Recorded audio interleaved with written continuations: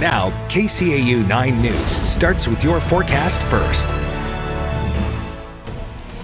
Good afternoon, Siouxland, and thanks for spending a part of your Friday with us as we start with a live look outside here from our Port Neal Welding Company camera. This is stationed on top of the KCAU 9 studio. We have mostly sunny skies through much of the day here, but just over the past hour or so, we've seen some more clouds roll in anticipation of some showers. Temperatures are stationed in the 70s and 80s across much of Siouxland now.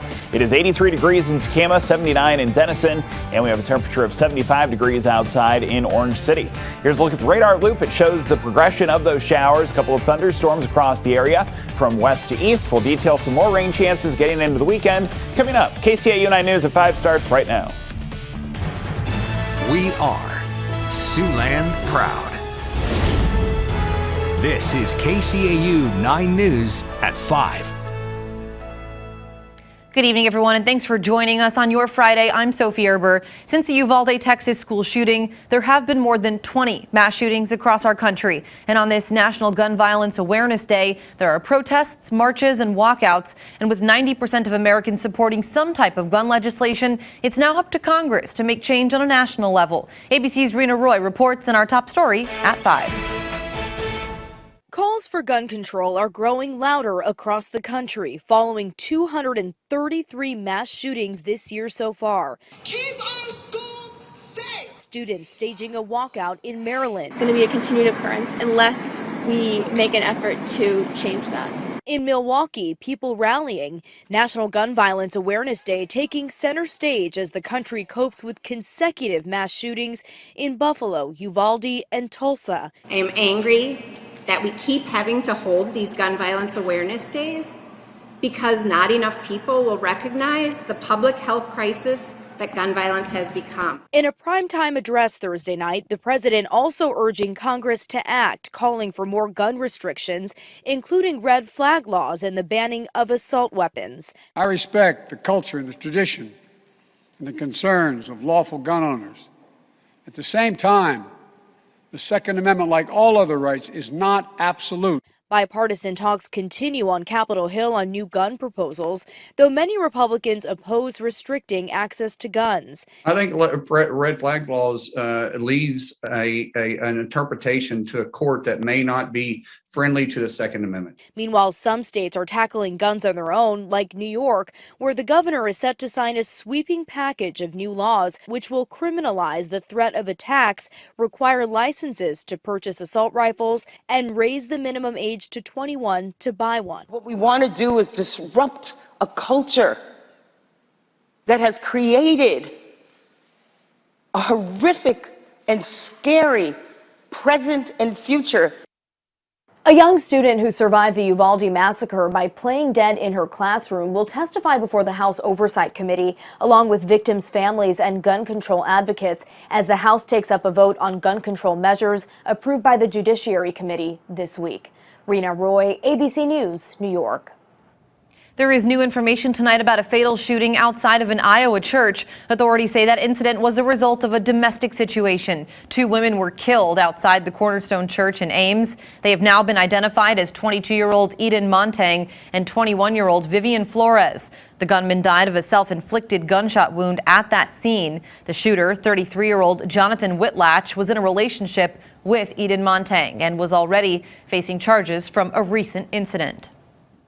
On May 31st, 2022, Whitlatch was charged by the Ames Police Department and ultimately arrested in Boone County for harassment, 3rd degree, and impersonating a public official. Both of these charges were directly related to Eden. Whitlatch posted bond and had a court date set for June the 10th. For the community members coming to terms with an all-too-common tragedy, a prayer vigil was held earlier today at Crossroads Church, also in Ames. And with active killings on the rise over the last decade, Woodbury County Sheriff Chad Sheehan recommends members of the public to practice SAVE, S-A-V-E, yourself, which stands for Shelter in Place, Awareness, Violence Stops Violence, and Evacuate, and that being prepared, even just mentally, for the possibility of violence does help greatly. These incidents, while they're happening at an exponentially higher rate than what they have in the past, most of where we go is still safe. I understand people's maybe fear and anxiety. If you want to calm that fear and anxiety, educate yourself. Learn what your options are. Start mentally preparing yourself. In an active shooter situation, you might not be able to call 911, but in Iowa and several other states, you can text to notify authorities. And Siouxlanders looking to enjoy the weekend might see a little bit of rain. Let's ask the expert how much we could get. Chief Meteorologist Scott Larson, when will that roll through? Well, it looks like it'll be arriving within the next hour or so, Sophie. It should be getting here pretty quickly as we look at the high temperatures from across the map today. 70s and 80s. We did have a good dose of sunshine, but that's now been blotted out by the arrival of the cloud cover. As we check our rain chances, it looks like the best opportunities will come this evening, tomorrow morning, a break in the action tomorrow afternoon, and then we'll get some more showers and storms as we go into our Sunday evening. We'll have details on those chances and how much rain will stack up here across the area coming up in the full 9 on 9 forecast. Sophie? All right, thanks, Scott. The two Republican candidates looking to become the next Woodbury County attorney know each other quite well. Jacqueline Fox and James Loomis both serve as assistant county attorneys under Democrat P.J. Jennings. They have already worked together for the last 10 years. Woodbury County residents will vote to decide between the two candidates in the primary. It's coming up quick now, June 7th. Coming up here at 6, you'll hear from the candidates on what it means for them to run for county attorney. The Sioux City Public Museum has activities and exhibits lined up for all ages this summer. In a press conference they held today at the Sioux City Museum, staff previewed some of those exhibits planned for the upcoming season, like the 100 Years of Knepler exhibit and the summer day camps planned. Matt Anderson is the museum's curator of history and tells us more. It just helps you tell the story of the local past in a way, not just through words. That when you have things that are actually tangible that you can look at, and it helps you. It puts into context the things that you're trying to tell through words. And for the details on specific dates and times for these activities, you can visit our website at the address at the bottom of your screen, SiouxlandProud.com.